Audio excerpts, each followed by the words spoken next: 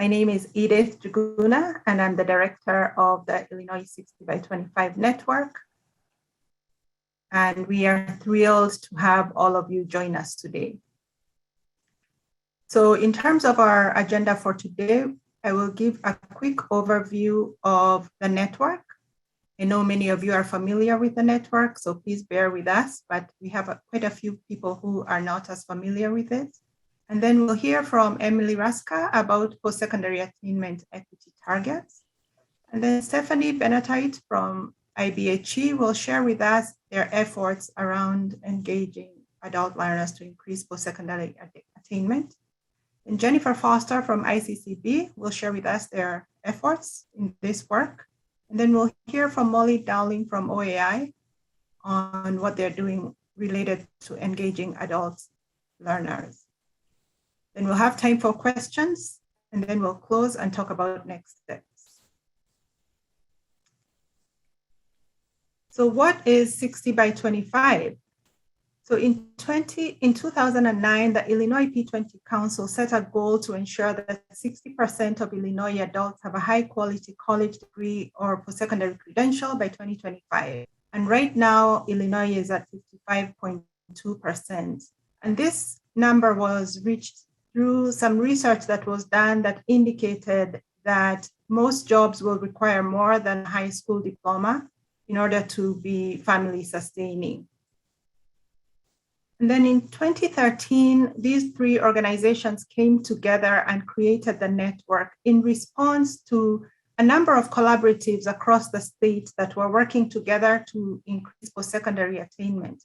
However, there wasn't a statewide infrastructure to support these collaboratives. And so the idea was to bring together these communities so that they could learn from one another, share best practices, and serve as exemplars to others on how to work towards increasing post-secondary attainment, and at the same time connect what was happening locally to state policy and state efforts. So our goal is to support communities to increase meaningful and equitable post-secondary attainment. And in 2015, we came up with the leadership community designation. So these are the communities that have identified stakeholders from different sectors and created a partnership and come up with strategies on ways that they can increase post-secondary attainment. We started with 6 communities in 2015, and today we are 17 communities strong and growing. And so what are expectations of leadership communities? So they are asked to define a geographic focus area, and we are agnostic about what that is. In some cases, a county or multiple counties, or a school district footprint, or a community college footprint. It varies from community to community. And then we ask that they document a partnership among different stakeholders in the education sector, workforce sector, community-based organizations, municipal leadership, to show that they are working together to drive towards increasing post-secondary attainment, because we know it'll take more than one entity to improve this goal. And then we ask that they identify a trusted intermediary organization that can help organize meetings, drive the agenda, make sure that all the boats are rowing in one direction. And we ask that they use data for continuous improvement and develop a plan to implement key strategies. And these strategies are based on their local needs and ways that they think they can help address increasing post-secondary attainment. And the network organizers provide a number of supports to communities. So we manage a peer-to-peer learning and action network, and we provide technical assistance on collective impact and other strategies to advance post-secondary attainment. Today's meeting is an example of this kind of support. We gather and curate critical data for communities on education and workforce that they can use to make decisions around areas for improvement. And then we serve as a conduit for financial support to communities by offering mini grants for them to implement strategies in their communities. So right now we have quite a wide reach. About 44% of public high school students statewide are in communities that are part of the network, and 32% of all high school students outside Chicago. So we are reaching quite a number of students across the state, but need to make sure that we're also reaching adults in order to advance equity in getting to post-secondary attainment. And I will now turn it over to Emily to walk us through emerging post-secondary attainment equity targets. Thanks, Edith. Hi, everyone. My name is Emily Ruska. I work at Ed Systems, and I'm our Director of State Policy and Strategy. And one of the hats that I wear is I staff the College and Career Readiness Committee of the Illinois P20 Council, which is the sort of origin story for this presentation today. And I'm just going to provide a bit of a state level overview on work to develop equity targets for our state's post-secondary attainment goal that Edith was just referencing, that 60 by 25 goal. So the image that you're seeing here is a visual of our progress towards 60% by 2025. This is from Lumina Foundation's most recent Stronger Nation report. So as you can see, we've been making sort of steady progress towards that post-secondary attainment goal. That jump from 43 to 49.6 is to include a credential estimate, so a sub-associate credential estimate. But we're making, steady progress towards our 60% goal by 2025, but we can advance the next slide.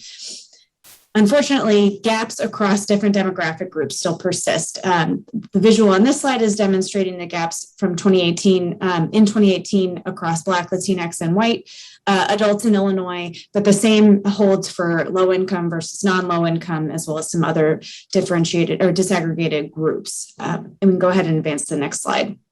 Some additional context for the work is that there's been an increasing state and national focus on equity in education and workforce, both through executive and agency action. So Governor Pritzker has issued a number of executive orders that have to do with equity, as well as through some legislative action, including HB 2170 in this past year, which was the Equity and Education, Higher Education and Workforce Act. I'm going to misname it, but it had a lot of provisions to explicitly target concerns about differences across racial subgroups as well as income subgroups in the state.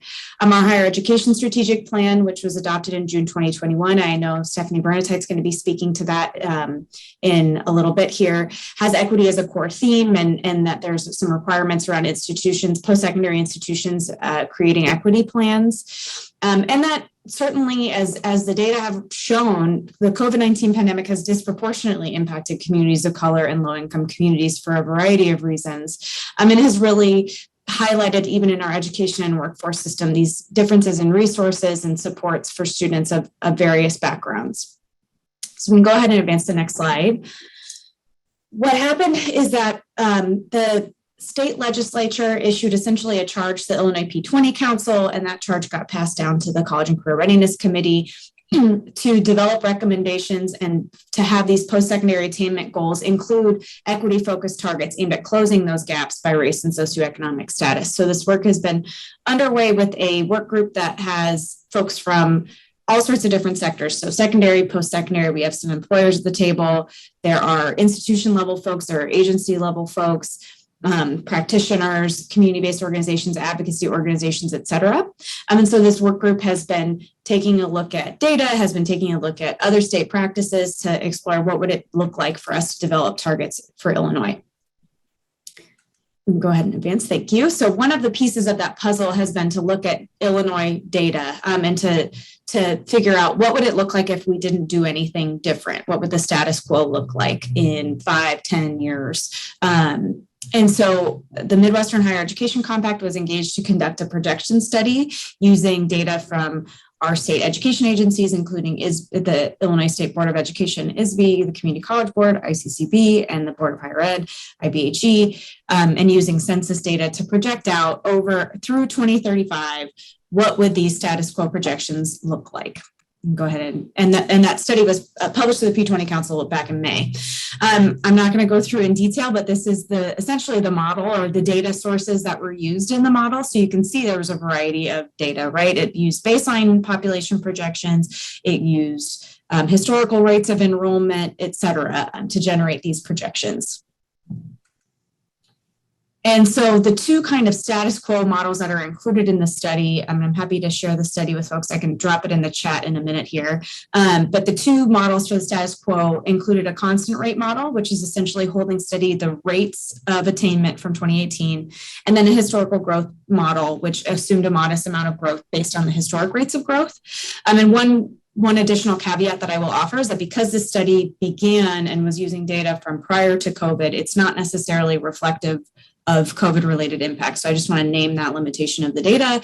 And I think as the folks who are in the higher ed community that are on the line here can probably attest, even the fall 2020 and fall 2021 data are probably different, and we don't fully understand what the impacts of COVID will be on all different markers within the higher ed space, let alone in the K-12 space as well. So I just want to name that limitation. So what do the status quo look like in terms of for adults age 25 to 64? What do those projected attainment rates look like if we are looking at the constant rate model versus the historical growth rate model? I've highlighted here the 2025 rates. So that's where we would get to based on these projections in 2025 based on constant rate or historical growth rate. And as you can see, these differences across demographic groups do not necessarily reduce by 2025, even accounting for historical growth. And so we need to consider what does it mean to develop targets that are aimed at narrowing and closing those gaps. And then, ultimately that will have implications for policy and practice. You can go ahead and advance. Oops, sorry, go back one. Thank you. So, just to kind of visualize it by a couple of demographic groups, if we're looking at Black adults age 25 to 44, and I'll explain a little bit more about that in a little bit. If we put those numbers on a visual, the constant rate is that bottom line remaining at 42.5% starting in 2018. The historical growth rate, accounting for historical growth, the status quo projection would be getting to 48.2% attainment.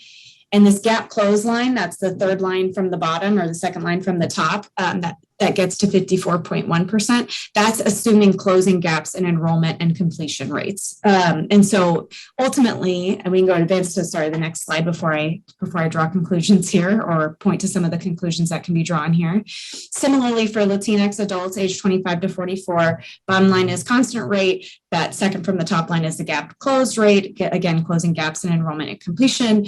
So we see some steady, accounting for some growth leads to some steady growth, but it wouldn't get us to some sort of ambitious goal around like 65% for all by 2035. That was just kind of used as a straw man to reference. But again, even accounting for closing gaps in enrollment and completion, Latinx adults by 2035 wouldn't be at even our kind of standard, our 60% goal that is currently set for our overall population for 2025. So, in terms of kind of these key findings from the study, ultimately the data bear out, and I think we could all intuitively say that without actual action, substantive action, gaps would continue to persist in attainment. Targeting a narrow age range may be more actionable for addressing the needs for focusing policy and practice interventions in on attracting and retaining adults into the system as well as younger students into post-secondary as well. We can go ahead and advance. Thank you. So what do the data say in terms of adults? Closing gaps earlier in the education pipeline won't be sufficient enough to narrow attainment gaps, right? So that we need to actually address the fact that there are a lot of adults that are Black, Latinx, and low income who did not enter into post-secondary at all or have some post-secondary education and training experience, but did not complete a credential or a degree. And so we need to really address that and really focus in, some of the key levers will be addressing adult needs and attracting adults back into the post-secondary space, whether that's for a certificate or a credential, in order to drive towards overall attainment rate goals at a state level. And so just wanted to note, how can we achieve these goals is certainly a consideration. It's not enough to set goals. We also need action. And I think what's exciting is that what we're going to hear from ICCB and IBHE and OAI today is about how they think about this work. But just as a high level, I just want to highlight some of the kind of general recommendations that have been emerging from the CCR subcommittee, which is that we do need to address acceleration throughout the P20 pipeline. It's not enough to close gaps. in earlier metrics of enrollment and completion, but in fact, we need to kind of accelerate beyond parity in enrollment and completion to drive towards ultimately narrower gaps or even closing the gaps in attainment rates overall. That it will require exploring policy and how we can advance equity through policy, and especially in terms of how we use our resources. And that means both kind of standard funding streams as well as short-term or intervention funding streams that we're getting, for instance, from the federal government right now to address COVID-related impacts. How do we use those as a down payment for equity?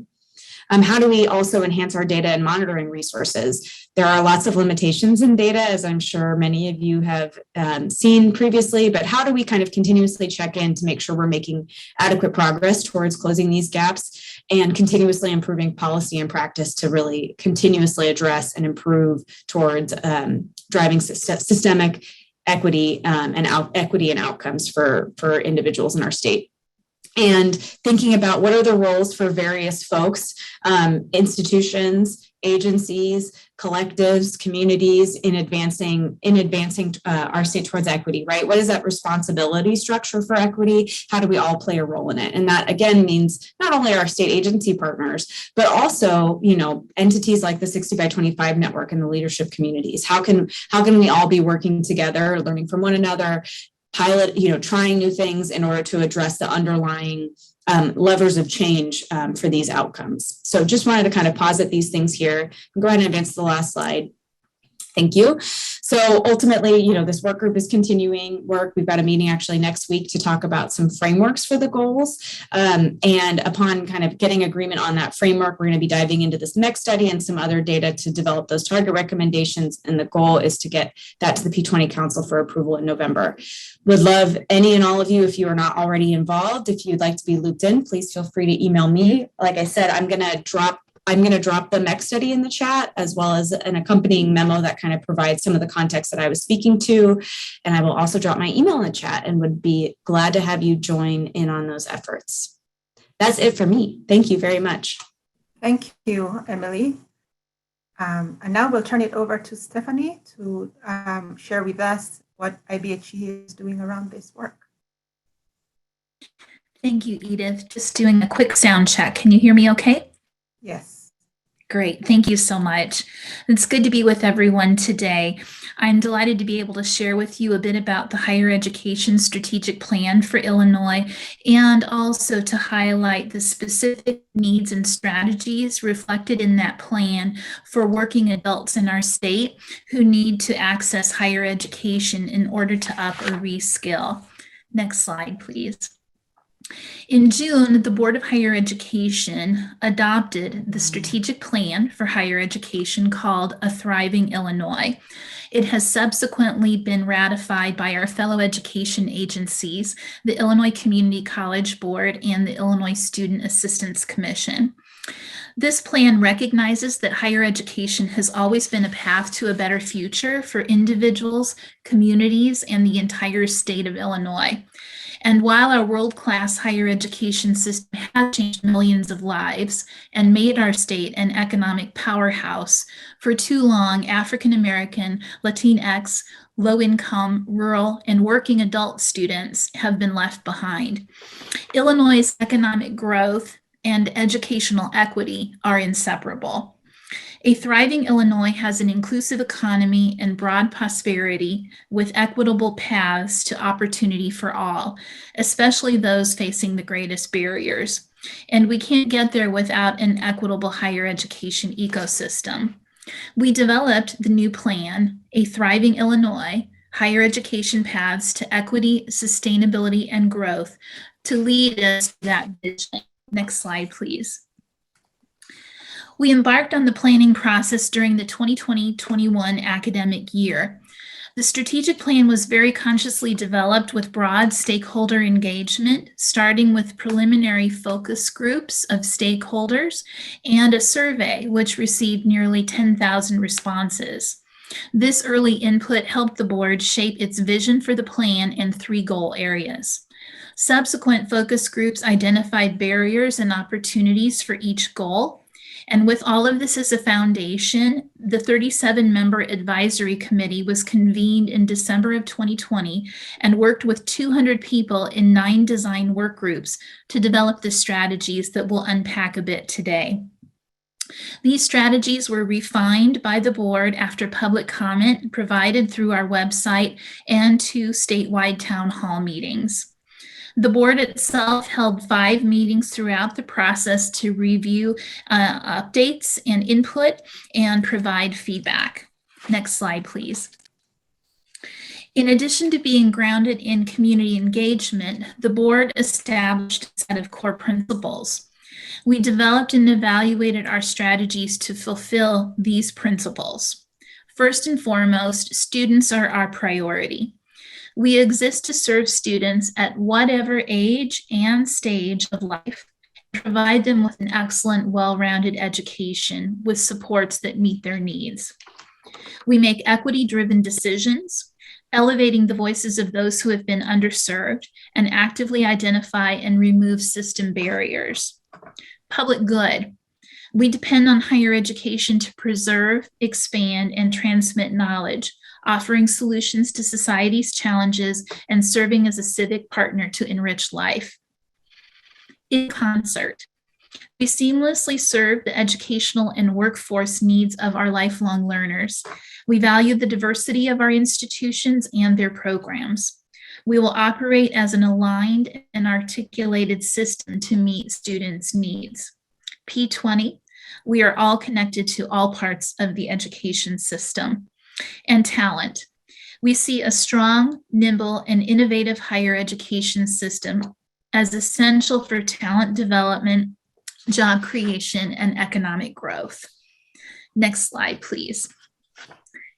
Finally, our work was grounded in data.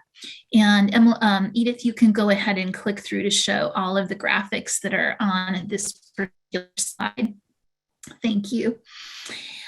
We know that individuals who hold post-secondary credentials have higher earnings and greater social mobility, improved health, and other positive life outcomes.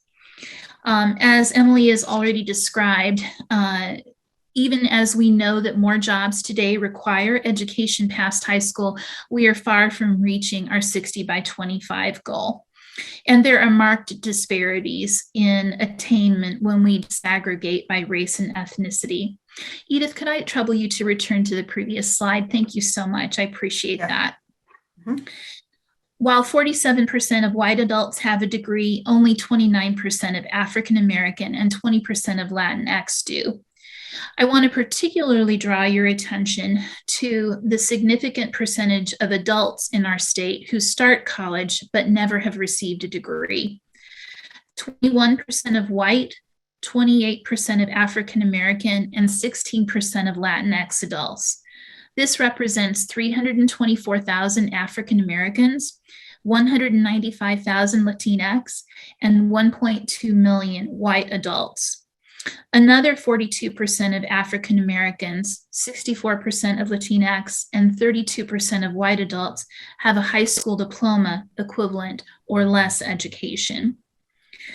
When we do similar comparisons for adults in rural compared to non-rural settings, we see that rural adults are less likely to have a bachelor's degree, but more likely to have an associate or some college than adults from non-rural areas.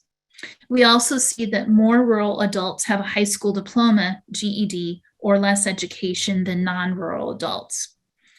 If you'll move to the next slide, please. Thank you. This slide highlights the disturbing downward trend in African American enrollment in higher education.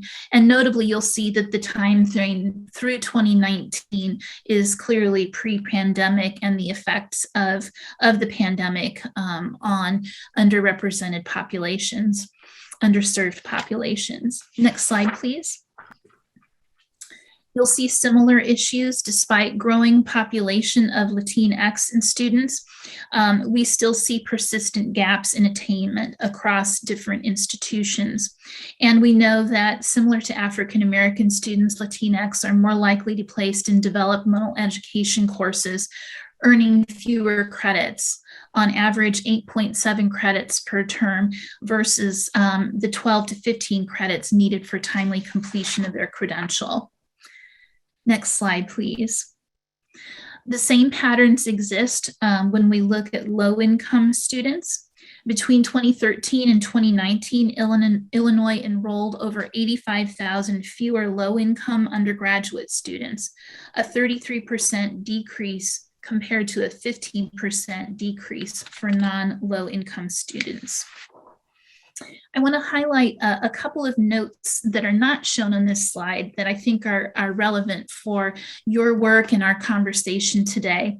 Strata Gallup together have conducted during the course of the pandemic a national randomized poll to look at public views around work and education.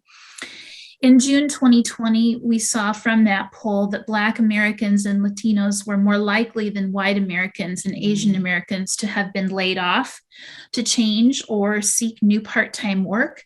They were also more likely to have changed or canceled their education plans. Throughout the course of their regular polling, we've seen that adults who were considering enrolling in education were less likely than 2019 to believe it was worth the cost and that it would help them get a good job. In fact, 1 in 3 adults in this particular set of surveys say that it was difficult for them to understand the available career pathways, skills, and details about potential education programs. They wanted to know more and they didn't feel they understood those things very well. In this same set of data that you can find on the Strata Public Viewpoint website, Americans have said that the ability to pay bills and take care of immediate needs as the primary benefit of education is critical to them. In fact, the number of people who have said that doubled from 2019. However, when they consider their opportunities, they really want to make sure that they have access to, in particular, non-degree or shorter term training pathways that will help them get the particular skills they need for their career aspirations. Next slide, please. The strategies that you see in a thriving in Illinois include equity, sustainability, and growth. And they are designed to address the gaps that we've highlighted briefly on the previous slides and in remarks from Emily. Would you go to the next slide, please? The full plan includes over 25 strategies across these 3 goal areas. I'm going to highlight in the remaining time that I have with you some of the strategies that are particularly focused on the needs of working adults. And while I've highlighted data related to Black, Latinx, and low-income, rural, and working adult populations, the strategies that you see forthcoming are designed with the recognition that many more groups have been historically underserved and underrepresented, including students who leave foster care, students with disabilities, veteran students, undocumented students, justice-involved students, Indigenous students, LGBTQ+, and more students. Undergirding these strategies are several key features. Today's higher education needs to serve students throughout their lives and careers. We have untapped potential in the adults who haven't yet received a post-secondary degree or credential, and we need to rebuild our systems for a post-pandemic world. I'm going to give you just a moment to scan these strategies excerpted from the section of the plan on closing equity gaps, and then I'll comment on just a couple.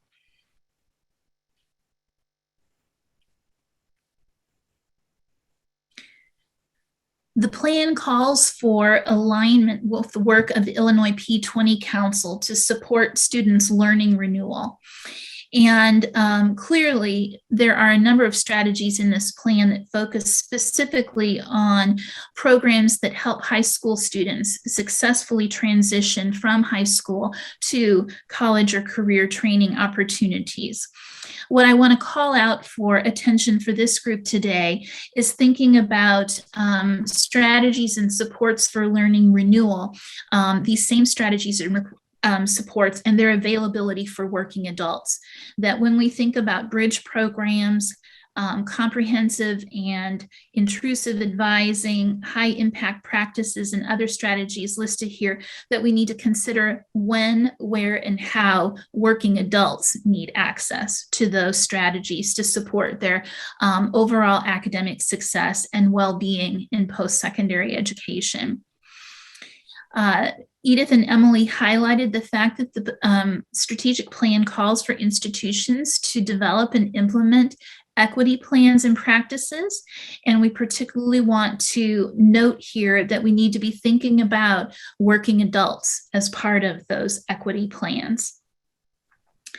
In addition, we need to provide more pathways through higher education for working adults, using strategies that specifically re-engage adults who have dropped or stopped out due to barriers such as advising errors, life circumstances, transfer release, or pandemic-related challenges. And we think specifically of models like the Tennessee Reconnect program as one that we may learn from. We need to provide wraparound supports for adults, including resources and counseling to help them navigate the higher education ecosystem. And again, when and where and how they need those supports. We also need to look at financial strategies to mitigate their barriers to enrollment, and we'll talk about that a bit more under a subsequent slide. And finally, you'll see here we want to think more about teaching and learning methodologies that are appropriate for adult students who have substantial life experience and learning on the job. Next slide, please. If you'd like to see more of the strategies and more detail for the equity section of our plan or any other part of A Thriving Illinois, you'll note a web reference on several slides where you can look at those in total. You'll see here on this quote, I think, something that's really critical for us to consider when we look at the needs of working adults. We're looking at a higher education that serves students independent of the path they take, knowing that individuals are going to be entering into, exiting out, and returning to higher education multiple times over the course of their lives and careers. Next slide, please. The second broad goal area is around sustainability. And for higher education to be financially sustainable for learners, it has to be affordable, especially for those who have been historically underserved. Next slide, please. You'll note in this section of the strategic plan strategies to increase the monetary award program, but I'll specifically call out number 3, where we want to pursue allowing MAP grants to be used for year-round study. This is a critical component that would allow individuals who need to study part-time, for example, working adults again being a prime example, to stay on track and on timely track to completion of their credential or degree by being able to study during the summers and use MAP funds to support their studies if they're eligible. Certainly, this is a feature that's critical for working adults. Also, addressing the challenge of holds on student accounts is another feature that's particularly important. These kinds of financial barriers often keep adults who have previously been enrolled in higher education but perhaps did not finish their studies. It keeps them from re-enrolling and completing their degree. So when we address hold on registration for oftentimes small unpaid balances, we can really eliminate and mitigate critical barriers that prevent someone from returning and continuing in their education. We're also looking at offering low interest loans for costs above tuition and fees, for expenses related to childcare and transportation and other issues that are all part of the student experience in completing programs of study. Next slide, please. The third goal area is called growth. We know that we're in an era of rapid change, both in terms of the nature of work and the future of learning.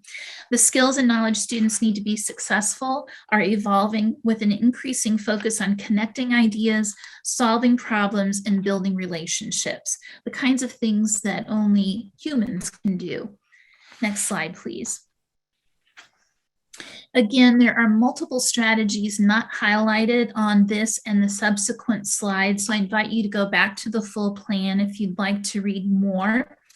But I'd like to draw your attention to the first three strategies, which are all about aligning opportunities in post-secondary education with both the needs of employers, but also the needs of students to understand how their learning in the classroom prepares and will lead them to career opportunities as well. In fact, going back to the National Strata Gallup poll survey that I referenced earlier, when students have support to connect their education to a career, they're far more likely to say it was worth the cost. So these first three strategies are all about meaningful employer engagement, both in helping to shape and enrich programs of study, but also to engage learners in meaningful work-based learning and transitions into career post-completion of their credential. The bottom strategy is around establishing a consortium of community colleges bundles many of these components together. This strategy came directly from a work group focused on the needs of working adults in the field of early care and education.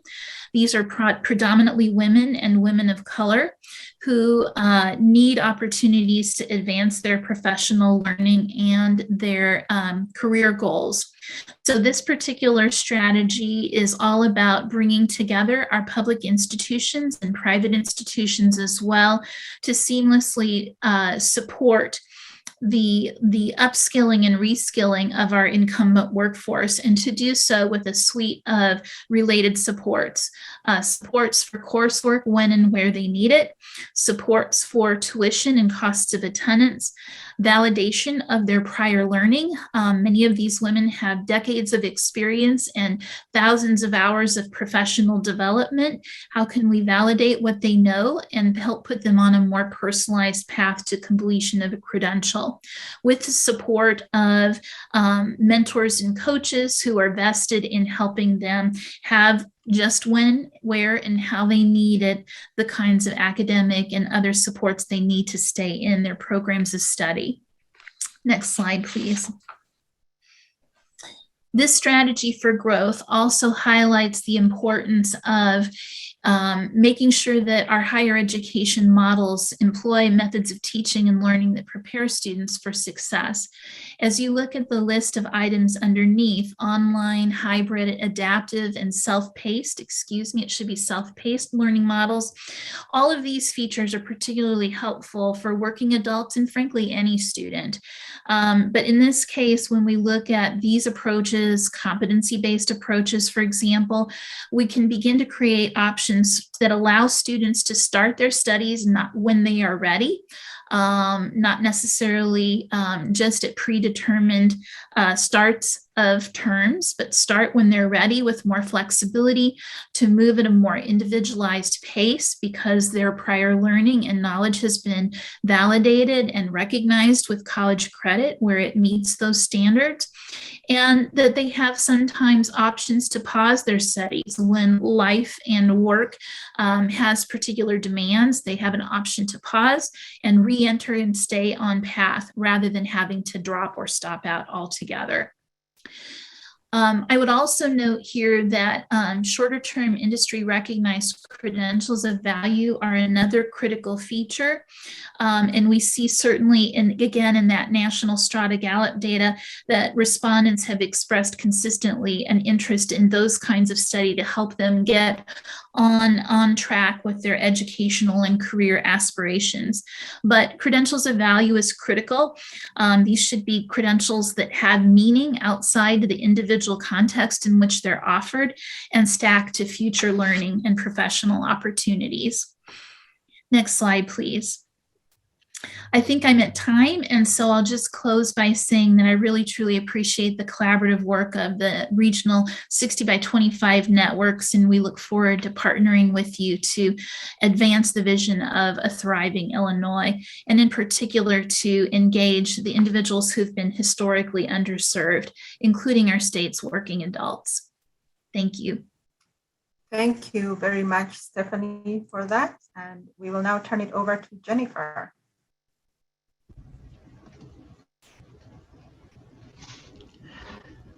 Good afternoon, everyone, and I appreciate the opportunity to share some of the strategies that our ICCB is actually embarking upon. And some of these strategies are strategies that we have started previously, and we're ramping up and trying to address the equity gap that is so prevalent across the system, which has been highlighted by Emily and also Stephanie and Edith. And so I will just highlight a few of those areas really quickly so that you get a sense of what is happening at the ICCB. Next slide.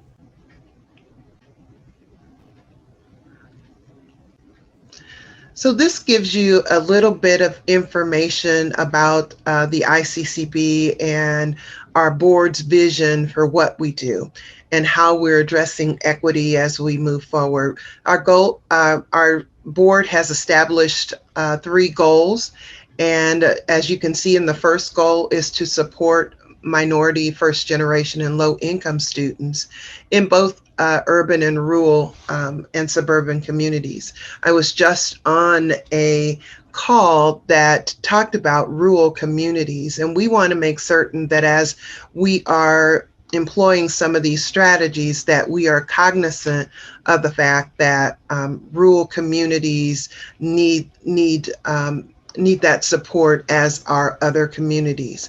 So our whole idea with our ICCB vision is to make sure that we're improving equity metrics and also reducing any type of barriers as well as reducing equity gaps. We also want to make certain that we're looking at seamless transitions into and through post-secondary education. And as Stephanie was speaking, a lot of the information that is in the higher education strategic plan are consistent with some of the things that we're actually doing at the Community College Board in terms of trying to make certain that the workforce is engaged in what we do and trying to make those decisions about sector-based strategies, industry-recognized credentials, certificates, as well as degrees. Our third goal concentrates on contributing to economic development. And so as we're building, and I heard today that there are some employers that are just looking for employees to come and work for their businesses. And I think it's so important to make certain that we're not only looking at the degrees, but we're looking at those short-term credentials, certificate programs, industry recognized credentials that will yield the students that we serve with the family sustaining wage. Next. So this gives you a little bit of information, a little data about our system. And this is a congregate of a lot of a few fiscal years, and it takes a look at degrees as well as certificates that are earned. And as you can see, when we look at those degrees and certificates that are earned, we see that African Americans, there is an equity gap there in terms of the overall look of of post-secondary education and the attainment of these certificate and degrees. So there are lots of programs, and I will get into that in just a few moments, but there are a few programs that really concentrate on this particular slide, and it talks about looking at some of our career technical education and adult education. Some of the program graduates account for about 37 to 39% of completers. And among these, only 12% of the CTE graduates are African American. And also looking at the number of collegiate level degrees and certificates that are awarded to community colleges, that totals a little bit more than about 62 to 64,000 individuals, but it only constitutes about a third that are received by our minority groups. And so we want to make certain that we're concentrating on these different efforts that will reduce those equity gaps. Next slide. So as we talk about populations, and Stephanie alluded to the populations without a high school diploma, a statistic that I heard is that even with all of the K-12 graduates, that won't be enough in order to fill the jobs of today or the future. So we need to re-engage our adults. Within Illinois, there are over 1 million individuals without a high school diploma. And we look at those individuals of ages 16 years over that have less than 12 grades of education. There are another 2.7 million Illinois residents that speak a language in their household other than English. More than 300,000 immigrants are currently residing in Illinois. So this gives you a picture of what it actually looks like in terms of overall gaps in what we're doing currently, and also making certain that we're engaging different populations in order to be able to meet some of the job needs of the future. Next slide.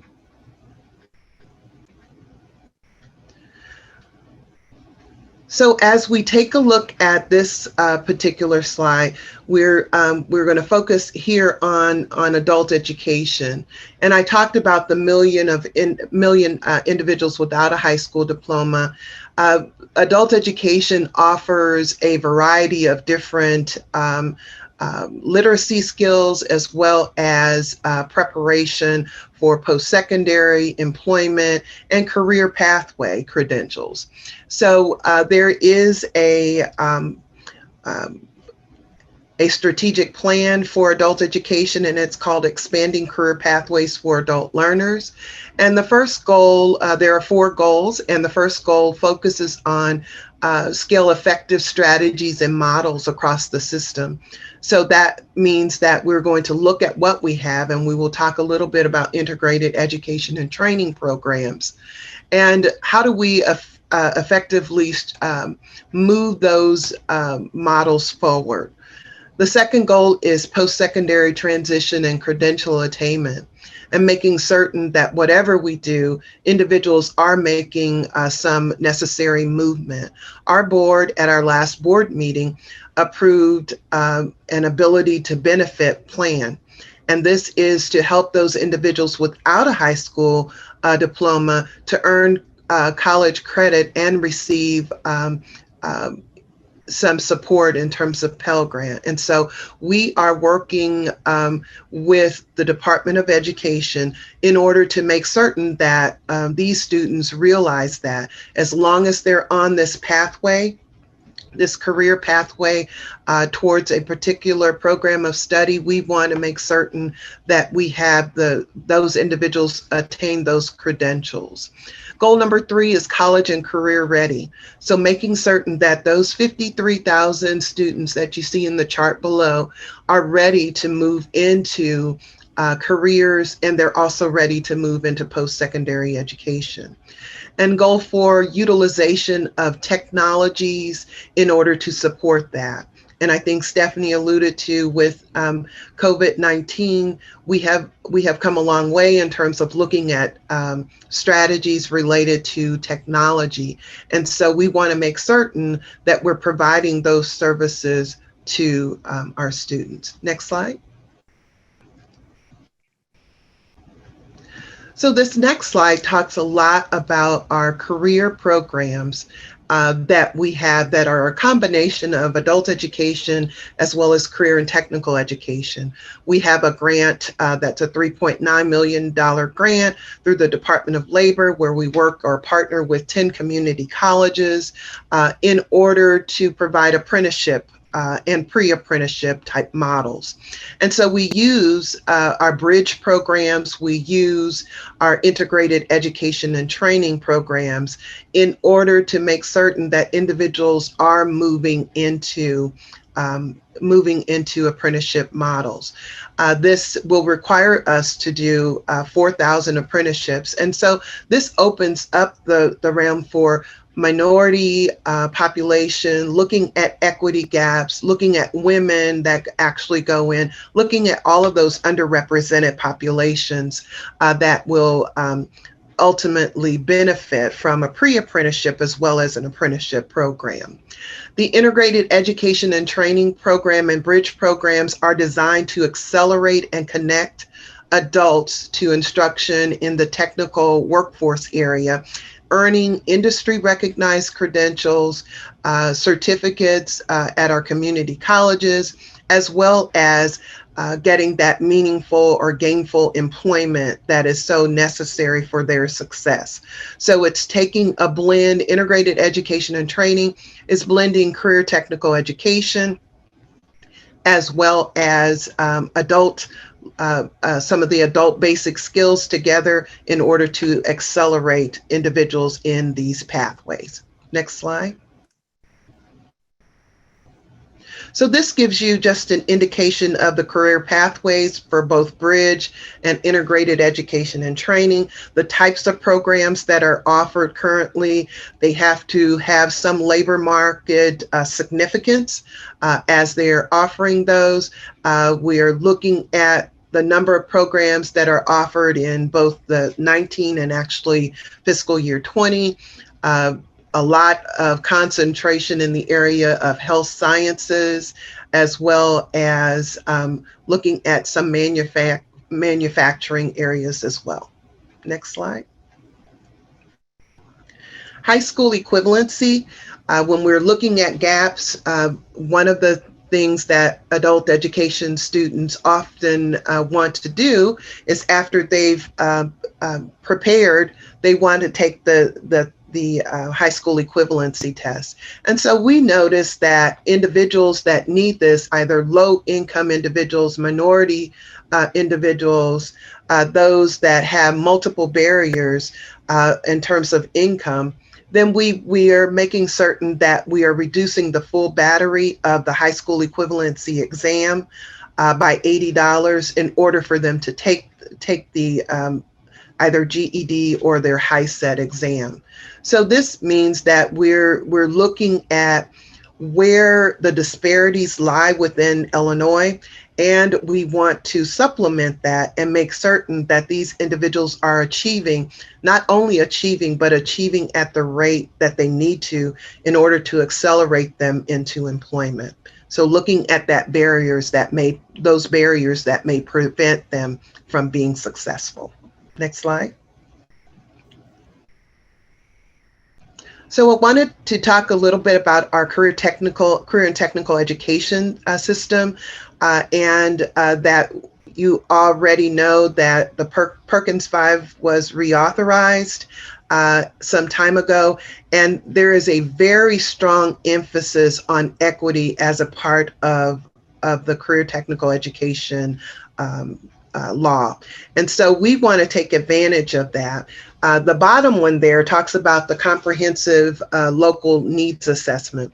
Individuals within the community college district engage workforce, they engage the community, they engage their K-12 system in order to facilitate some data-informed conversations around improvement of the processes and making certain that we're applying that equity lens to, as we take a look at the students that we're serving, as we're taking a look at the underrepresented populations that may not be represented as a part of career technical education now. But these local plans will outline a plan in order to make certain that individuals are thriving and individuals have access to the multiple career technical education programs of study. So that is very important. We want to make certain that they're looking at the data, they're highlighting, they're analyzing, I always say flipping it upside down so that we can make certain that we are providing services to all populations, but making certain that if there are disparities in our minority groups, that making certain that that access is there and that additional support is there as well. We're also with a grant that we're looking at equity. And we're targeting rural communities and communities with equity gaps or some disparities. And so these individuals or individual colleges are required to develop and implement a program of study that's more intentional in the recruitment and in terms of looking at practices that will retain individuals, looking at underrepresented group students, and making certain that those equitable outcomes are present, and making certain that we are supporting all students that are in that targeted area. Next slide. The Innovative and Bridge Transition Grant, this is a grant that we've had for the past 3 to 4 years, and we work with community-based organizations or community colleges, some other state level individuals, and the whole idea is to look at giving some flexibility and expanding bridge programs or creating promoting that diversity within the projects that they propose, making certain that we're inclusive of our disabilities population, making certain that we're reducing some of the equity gaps that may exist. So a lot of flexibility with this particular grant, and we wanted that so that we make certain that individuals have the actual support that they need in order to be successful. And then they're able to take their certificates, their industry credentials, and move into employment or continue with their post-secondary education. Next slide. Our Workforce Equity Initiative is our newest initiative. We're on our third year. This is a community college initiative where it provides $18.7 million in funding. It is also a very flexible grant where we look at creating short-term credentials in both either credit or non-credit, looking at training opportunities that may exist. The focus area is on African Americans, and currently within our realm, we are around 74% that we're serving in that area, with a goal of only 60%, making certain that we're serving 60%. So you can see that we are really focused in on making certain that the African Americans that come from these at-risk communities around our state, that we're making certain that we're putting them on a path to a family sustaining wage that is at that regional living wage of 30% or above. So we're making certain that we're identifying the specific sectors. We have now about 100 different programs that are offered amongst our 17 community colleges. You can see some of those sectors that are offered there. IT, manufacturing, construction services. So we are very concentrated on making certain that we provide supports, either if tuition assistance is needed if a stipend is needed in order to make certain that individuals have the supports that they actually need. So the whole idea is, how do we reduce barriers and how do we get those certificates and then individuals eventually going into employment? Next slide. So this gives you an overall understanding of some of our outcomes, total students enrolled. We have a huge need. I think when I was looking at the data, 13,000 applications, and we're only able to serve 5,221 individuals to date. So we are meeting our goal that we stated that we would meet. We're at 99% of our goal, but the need is definitely great in order to make certain that we're fulfilling, looking at that equity, those equity gaps, and reducing those barriers for these students in order to complete. Next slide. So these are some of our other areas that we're focused on in terms of our work in our academic and instruction area. We're looking at common placement framework efforts where we make certain that there are multiple measures that are used in order to get someone into programs. We have developmental education reform that we're looking at how we support our faculty as well as our students in making certain that we're moving individuals forward, that our students are not languishing in developmental education areas.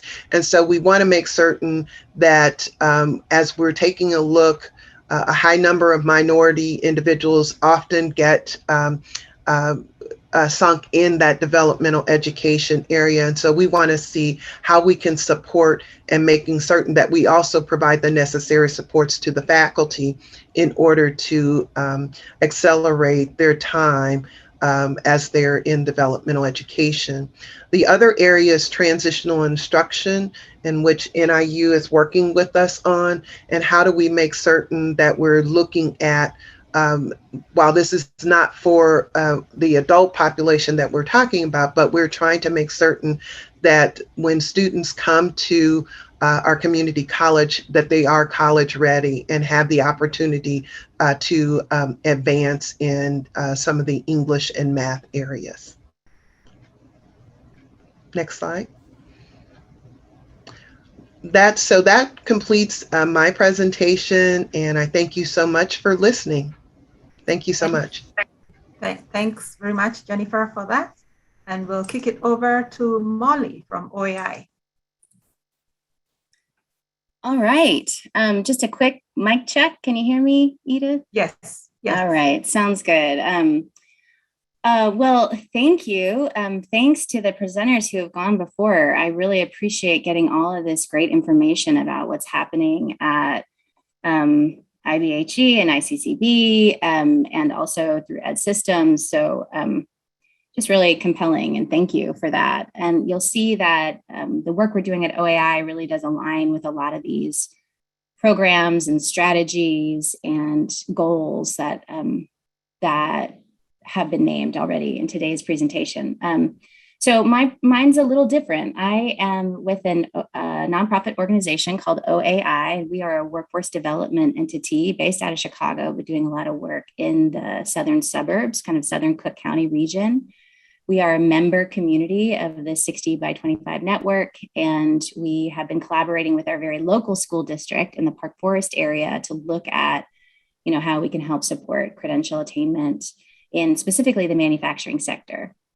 So I'm going to talk a little bit about OAI. I'm going to tell you just quickly who we are, what we're about, and then I'm going to drill into some of our specific program strategies that help us engage adult participants. I know many of you are from other kinds of organizations, so hopefully this might inspire you to think about how you might be able to do similar kinds of programming. And of course, I'll just say at the beginning, if any of this is interesting to you and you want to learn more, my contact information will be at the end, and I'd be happy to talk with you about how we develop these programs, how we develop these partnerships. I'm going to talk a lot about our industry sector partnership and our employer engagement. And so if you're interested in that and you want, and I can help in any way in your region or with your organization, please note the contact information at the end and we can connect later. So next slide, moving to background about OAI. So we are, again, a nonprofit workforce development organization, and our mission is to offer skills training that leads to safe, meaningful employment and helps companies and communities to thrive. We've been around, as the slide says, for more than 40 years, headquartered in Chicago and serving actually workers and job seekers across the country in 22 states. We offer people skills and credentials that give them a chance to succeed. We collaborate with employers to develop a workforce they can depend on. And we support job seekers, workers, employers, families, and communities to thrive. Next slide, please. So we wanted to talk a little bit, obviously, because of this panel on engaging adult participants. So this is very much who OAI is and what we do. Our typical job seeker participant is age 25 to 44. And so this is, absolutely kind of our typical target audience. We are definitely, in terms of the point of the panel, addressing equity targets and closing institutional racial gaps, we are always targeting historically marginalized populations. And usually that includes folks who are BIPOC and facing other barriers to employment. So that might be a returning citizen, that might be because they have low education attainment, that could be because they have challenges with housing or childcare or healthcare or just general financial stability. So everyone we work with is dealing with challenges of poverty. As I said earlier, we are always centering portable industry recognized certificates for all training programs. So really recognizing that anything that we train in must be verified so that an employer with whom we are partnering for job placement can confirm an individual has the skills we are touting that they have attained in the program.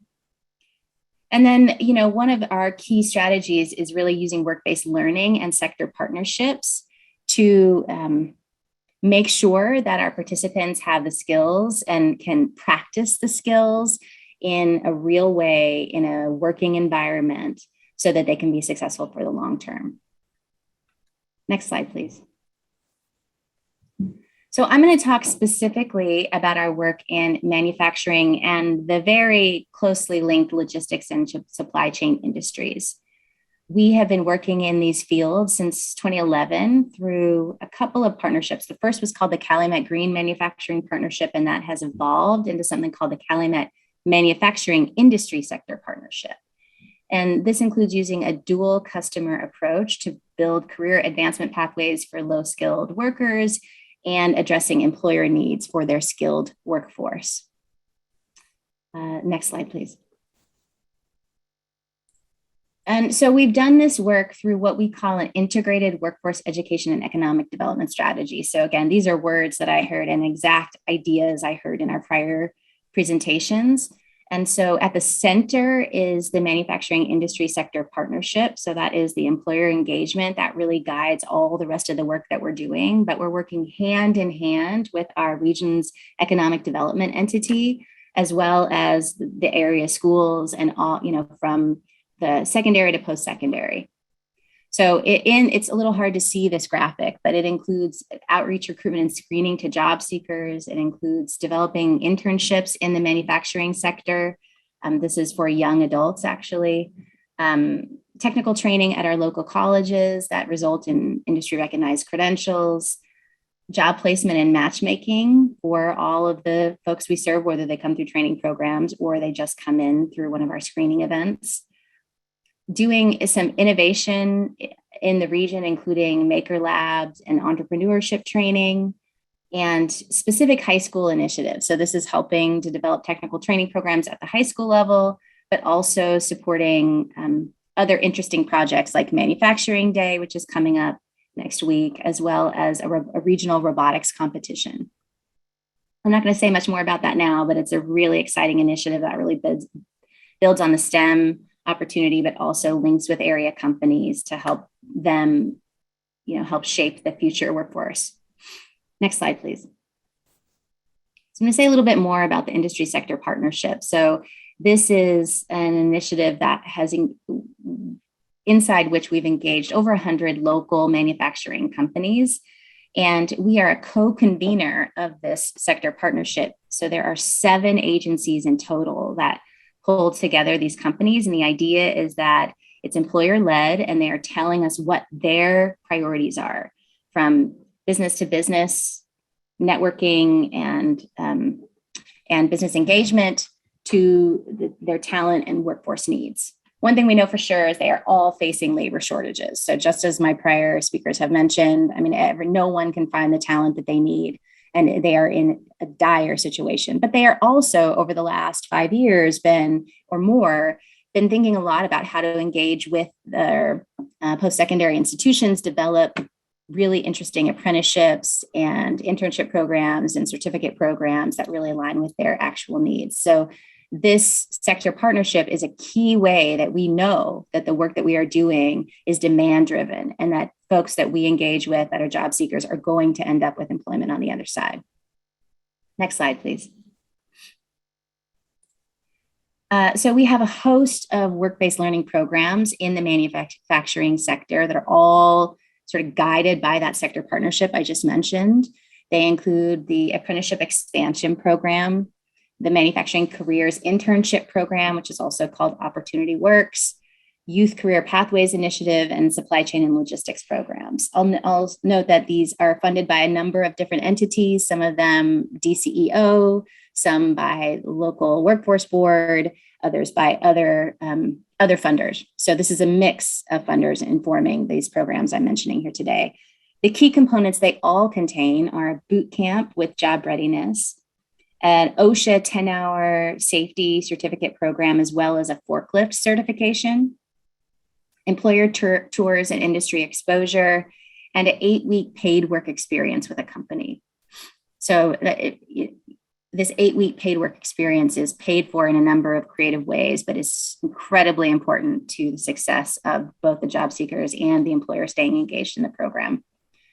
So supplementary components that are not the same in all of these programs include an electromechanical registered apprenticeship program, Maker Lab training, robotics club participation, NIMS, National Institute of Metalworking Skills, CNC certifications, and a web portal that is an intern match platform that intelligently matches young interns to companies that are seeking them.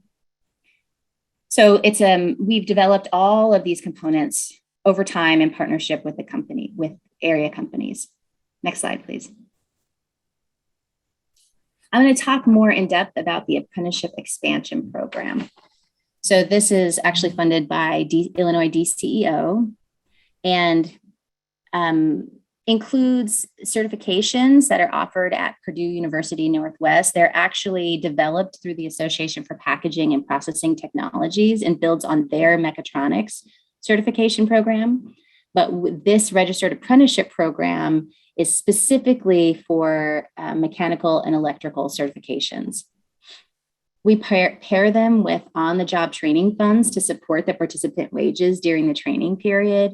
So these are paid for through WIOA dollars, and they cover 50% of the students' wages while they're working. Companies and participants interview each other, so we're making the match based on the top picks of both. So we're recruiting the job seekers and we're recruiting the companies, and then we have them meet each other to decide what the best fit is for each of them. We currently in the program have 4 participating manufacturing companies, and we have a number additional ones in a similar healthcare apprenticeship program. But today I'm talking about the manufacturing one.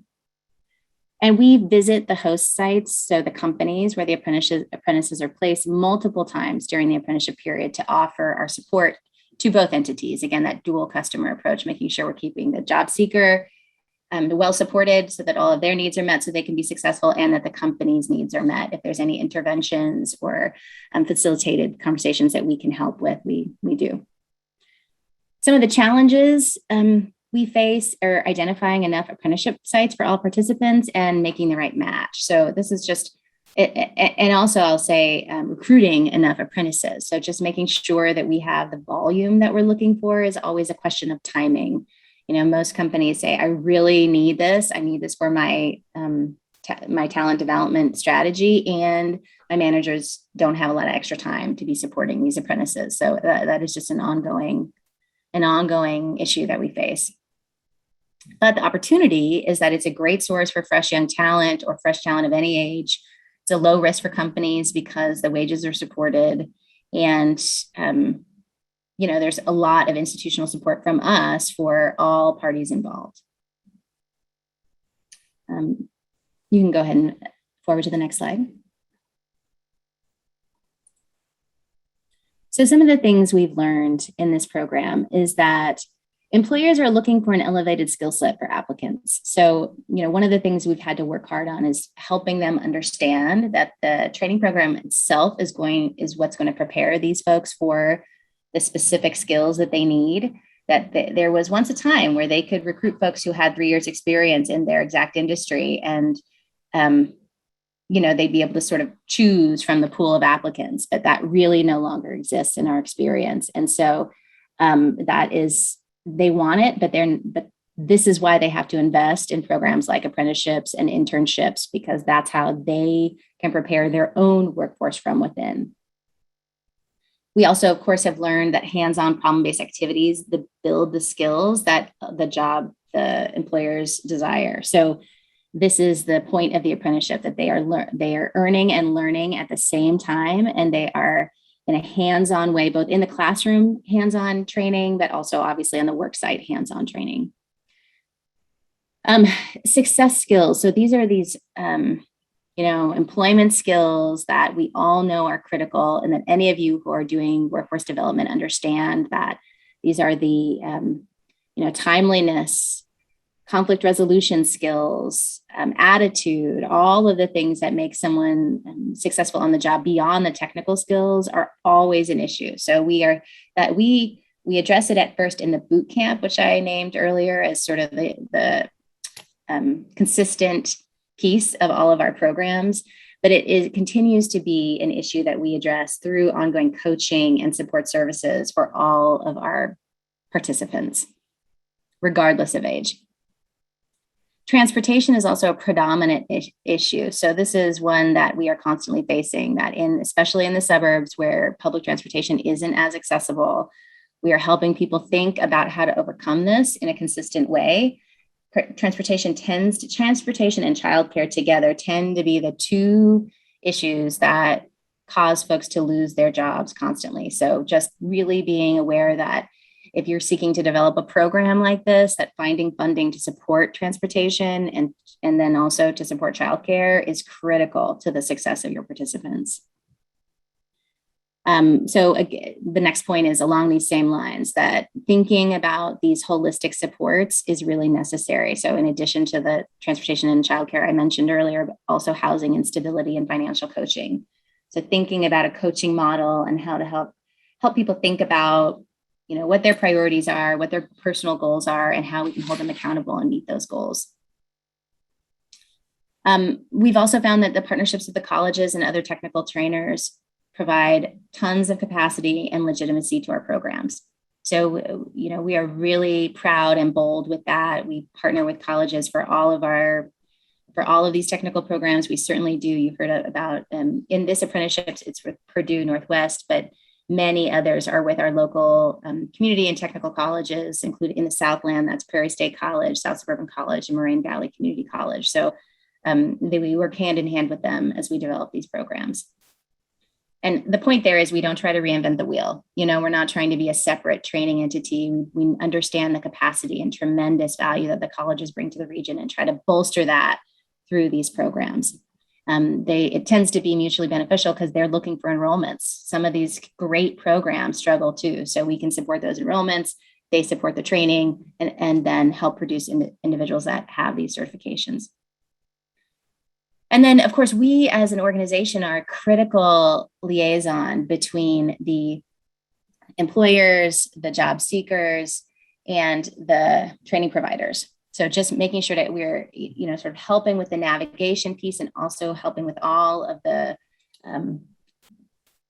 just making the connection between all of these entities is incredibly important. And finally, that the industry sector partnership and the labor market data we gather from those industry partners informs all of the training programs. So it helps us determine, where and what we need to be developing programs for. And we're always ready to adjust and tweak the program so that we can, meet their needs. Being nimble, being flexible, and in real time making changes is always important. So that actually concludes my remarks. I, again, here, as I said at the top of my comments, have my contact information. We believe that these training programs really work. We have tons of evidence of success, including, our average placement rate as an organization is 85%, but in the about 85%. And we are training thousands of people a year. And we know that these models work, and we are always looking to expand them as much as we can, according to the funding that we get to support the programs. So I thank you for the opportunity to share this with you, and welcome any questions or other comments. So that's it, Edith. Thank you. Great. Well, thank you so much to all of our speakers, Emily, Stephanie, Jennifer, Molly. Love the wealth, the wealth of information and the connections that are made between what's happening at the state level and what's happening at the local level. And we have a few minutes to answer questions that folks might have. You can either enter them in the chat or just say them out loud. I don't know if one of my colleagues is able to check the chat and see if there are questions you can bring up. There was a question, Edith, about the cost of the high school equivalency exams, and I did post that in the chat in terms of the range as well as each of the subtests. Great, thank you. And I see that there are questions about access to the slides and the recording, and we will definitely get those to you. So if there are no other questions, I just wanted to point out that we would really want to hear from you. And so if you could enter, if you're working with adult learners, please enter your information in the chat so that we can reach out to you.